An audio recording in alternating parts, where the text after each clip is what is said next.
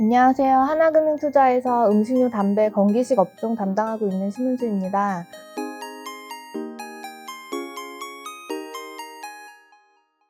오늘은 사실 당장 다음 주부터 롯데그룹이 2분기 실적 발표를 시작하는데 롯데그룹 이외에도 이제 어떤 업체들이 2분기에 어떤 실적을 발표하게 될 건지 간단히 말씀을 드리도록 하고요. 그리고 하반기에 어떤 업체들, 어떤 식으로 좀 저희가 전략을 잡아야 될지에 대해서 함께 고민해보는 시간을 갖도록 하겠습니다. 일단 2분기 실적 이제 발표 시즌이 도래를 했는데 저희가 앞서 프리뷰 자료를 통해서도 좀 말씀을 드렸지만 일단 실적이 좀 견조한 대표적인 업체는 대형주 내에서는 CJ제일제당이 될 것 같습니다.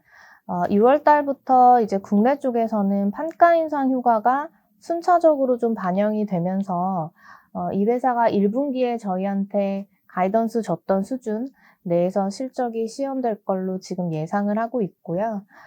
그리고 3월 말부터 편의점 쪽 트래픽 좋다는 얘기를 자료를 통해서 말씀을 드렸었는데 관련된 유흥류 업체들 상당히 견조한 실적을 낼 걸로 예상이 되고요. 메일유업 같은 업체들, 탑라인이나 손익 모두 좋을 걸로 예상을 합니다. 1분기 저희 쪽 업종의 특징을 살펴보면은 식자재 쪽 익스포저 있는 업체들의 실적이 좋았는데요. 이를테면 신세계 푸드라던가 동원 F&B의 동원 홈푸드 같은 업체들 실적이 좋았는데 2분기까지도 유사한 흐름이 이어지고 있는 것 같습니다.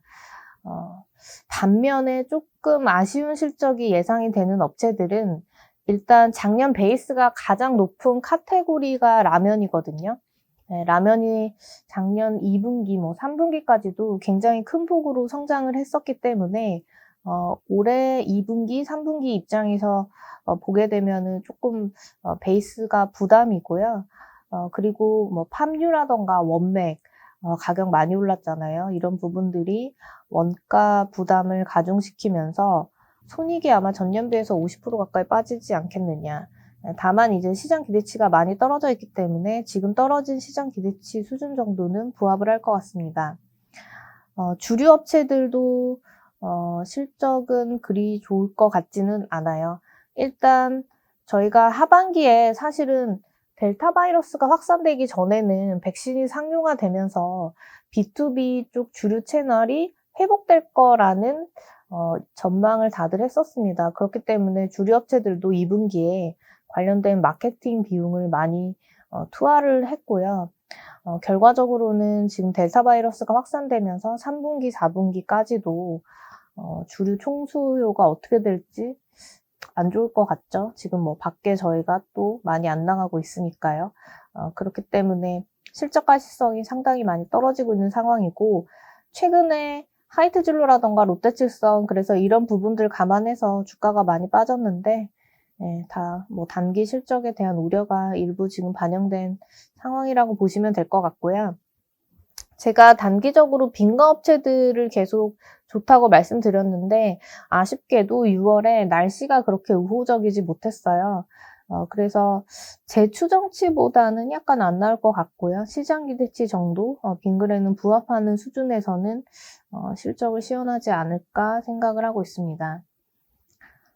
그래서 저희가 지금 대형주 중에서는 CJ제일제당 정도, 그리고 중소형주 중에서는 신세계푸드, 그리고 동원 F&B, 메일유업 정도가 좀 시장 기대치에 좀 부합하는 실적을 시현할 걸로 예상을 하고 있고요. 롯데푸드 같은 경우에도 실적은 상당히 좀 좋을 것 같습니다. 이 회사는 이제 대두유를 수입하는 비즈니스를 영위하고 있는데 이쪽이 좀 실적이 좋은 상황인 것 같습니다. 저희 올해 분기별로 좀 실적을 살펴보면 사실은 2분기보다는 3분기, 3분기보다는 4분기가 더 좋아질 걸로 예상을 하고 있고요.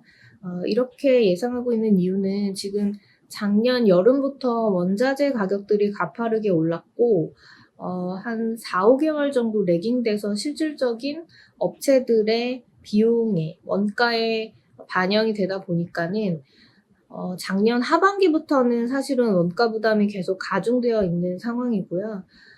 그렇기 때문에 올해 4월 정도부터는 업체들이 판가 인상을 좀 많이 하고 있습니다. 이런 부분들도 이제 유통업체들의 재고 소진 과정이 필요하기 때문에 실질적으로 뭐 4월, 5월에 판가 인상을 했어도 업체들의 실적에 반영이 되는 시점은 뭐 7월 정도 보셔야 될 거예요. 그렇다고 하면은 이제 최소한 3분기부터는 판가 인상이 반영이 되면서 마진 스프레드가 조금 좋아질 수 있겠다라는 이제 가정을 하고 있는 거고요. 작년에 실적을 보시더라도 2, 3분기, 2분기가 굉장히 실적 베이스가 높습니다. 그리고 하반기 갈수록 이렇게 베이스 자체도 좀 떨어지기 때문에 올해 입장에서는 4분기, 연말 갈수록 상당히 좀 편안하게 실적을 즐길 수 있지 않겠느냐라고 저희는 전망하고 있습니다. 그래서 3분기에는 대략 뭐 전년과 유사한 수준이 되겠지만 4분기부터는 좀 실적 개선폭이 클 걸로 보고 있어서 업황은 2분기가 바닥이다라는 말씀을 좀 자신 있게 드릴 수 있을 것 같고요. 긍정적인 뉴스 중에 하나는 최근에 보시면 이렇게 곡물가가 고점비해서 대부분 20% 정도 빠졌기 때문에 이런 부분들까지 사실은 연말에 반영되기 시작한다고 하면 내년 상반기 정도 보실 때는 상당히 좀 마진이 개선되는 흐름을 우리가 기대를 할 수가 있을 것 같습니다. 저희가 가지고 있는 하반기의 전략은 결국에는 이제 판가 인상 효과가 좀 반영되면서 스프레드가 좀 벌어질 가능성이 있는 업체들을 보자가 첫 번째 전략이고요. 여기에 해당하는 게 CJ 제일제당이라고 보시면 될 것 같고요. 제일제당이 국내 가공식품 시장에서 결국에 점유율을 원톱으로 차지하고 있다고 보니까 판가 인상도 사실은 좀 주도적으로 하고 있는 면이 없지 않아 있을 것 같습니다. 이런 부분들 저희는 좀 긍정적으로 판단을 하고 있고요. 두 번째는 주가는 바닥인데 하반기에 좀 판가 인상 가능성이 높은 업체들, 이런 업체들을 좀 보자라고 말씀드렸고, 농심을 그래서 이번에 프리뷰 자료 통해서 관심 종목으로 다시 넣어드렸는데 뭐 다행히도 지난주에 그 경쟁사인 오뚜기가 11% 정도 라면 가격 인상을 했고요.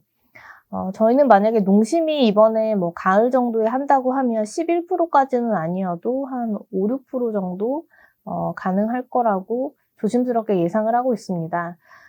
2016년 12월에 농심이 마지막으로 판가 인상했을 당시에 오뚜기가 그때 이제 뭐 진라면 쪽 MS 올리기 위해서 판가 인상을 좀 하지 않았던 측면이 없지 않아 있고, 그렇기 때문에 이번에 오뚜기는 좀 소급해서 좀 경상적으로의 어떤 판가 인상 폭보다는 좀 더 올렸다고 보고 있습니다.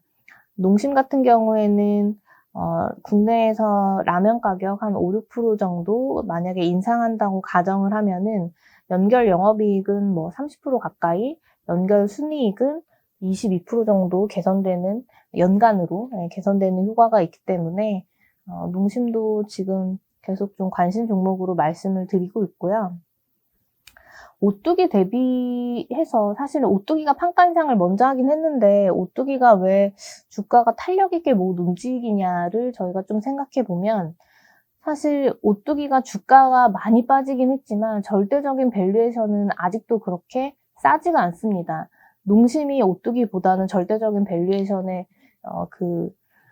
룸이 훨씬 더 커요. 무슨 말이냐면은 오뚜기가 대략 PBR로 지금 1.3, 4배 정도에 거래된다고 하면은 농심은 1배밖에 안 되거든요. 그래서 기관 쪽에서는 좀 농심이 좀 더 싸지 않나라는 인식이 일부 있는 것 같습니다. 그래서 오뚜기는 지금 생각보다는 가격 인상했음에도 불구하고 탄력적으로 못 움직이는 이유가 주가가 많이 빠지긴 했어도 여전히 좀 비싸다라는 좀 인식이 있는 것 같아요. 그리고 단기 실적이 좀 부진해서 실적이 최근에 좀 조정을 많이 받은 업체들이 있는데, 중장기적으로 봤을 때는 전략에 대한 어떤 변화가 뚜렷하게 있다고 하면은 저희가 그래도 조금은 긴 호흡 차원에서 다시 좀 저가 매수를 할 수 있는 시점이 아닌가라고 판단하고 있고요. 대표적으로는 사실은 롯데칠성을 최근에 좀 말씀드리고 있습니다. 롯데칠성이 2분기에 사실은 주류 쪽에서 마케팅 비용을 집행하게 되면서 저희가 초반에는 470억 원 정도 2분기 실적 봤다가 지금은 한 430억 원 정도로 이제 내려왔는데 이게 다 비용 투하한 거라고 보시면 될 것 같고요. 단기적으로 조금 실적이 안 좋고 사실은 3분기까지도 저희가 장담을 못하죠. 지금 3분기까지도 델타 바이러스 확산세를 감안한다고 하면은 당연히 B2B 쪽 주류 시장 회복 속도는 더뎌질 것이고 여기에 따라서 사실 주류 업체들이 마케팅 비용을 얼마나 어떤 시점에 이제 써야 될지도 상당히 좀 고민이 많아지는 시점이기 때문에 실적 가액성은 단기적으로는 상당히 좀 낮아지고 있는 측면은 맞습니다만 롯데칠성이 지금 이제 맥주 OEM을 통해서 맥주 쪽 가동률을 계속 올리려고 하고 있잖아요. 그래서 작년 기준으로는 맥주 가동률이 20% 정도밖에 되지 않았지만 뭐 언론 보도를 통해 많이 들으셨죠. 뭐 곰표 밀맥주라던가 제주 에일 이런 것들, 이런 수제 맥주들 OEM을 통해서 올해 아마도 저희가 추정하기로는 한 38% 이상, 40% 가까이도 가동률이 올라갈 것 같습니다.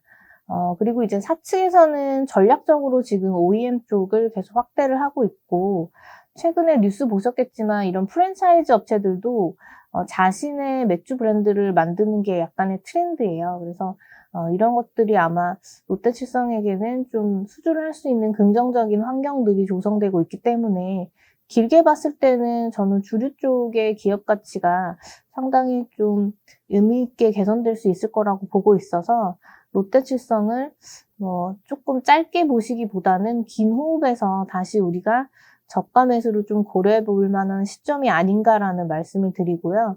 신세계푸드는 사실 계속 또 말씀드렸지만 중장기적으로도 내년부터 노브랜드 버거, 가맹점, 신사업 효과가 반영이 되면서 실적이 좋을 것이고 단기적으로도 이 회사는 지금 실적은 안 깨지고 있죠. 본업 쪽에서 저수익 거래처, 스크랩 통해서 손익이 많이 개선되고 있기 때문에 주가가 사실 이 업체는 빠진 게 없어서 혹여나 빠지게 된다고 하면은 좀 긴 호흡에서 보시더라도 좋은 업체다라는 말씀을 드리고 빙그레 같은 경우에는 그래도 3분기에는 좀 실적 개선 효과를 우리가 기대할 수 있지 않을까라고 생각을 하고 있습니다. 그 이유는 다행히도 지금 장마가 올해 같은 경우에는 짧았고 폭염이 계속 이제 이어지고 있기 때문에 오늘도 아마 기사가 좀 크게 난 걸로 알고 있어요. 빈과 수요가 다시 좀 3분기 들어서 많이 좋아지고 있다라는 기사들 많이 보셨을 건데요. 이런 부분들이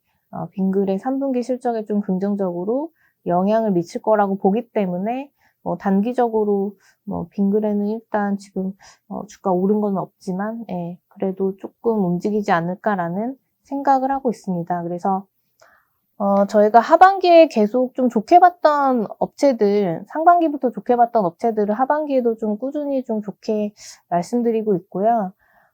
오늘 이제 오리온이 제가 아침 모닝 미팅 발표 때 실적 리뷰 들었는데, 오리온 같은 경우에는, 한두 달 정도 있다가 좀 매수를, 고민해 봐도 그렇게 늦지는 않을 것 같다라는 개인적인 좀 생각을 가지고 있고요. 다만, 나는 그냥 하반기에 시장이 그렇게 좋을 것 같지도 않고, 그냥 사서 마음 편하게 기다리겠다라고 조금 긴 호흡에서 접근하신다고 하면은 오리온도 사실은 주가가 다운사이드 리스크는 상당히 좀 제한적인 주가 레벨이라고 말씀을 드릴 수 있을 것 같습니다.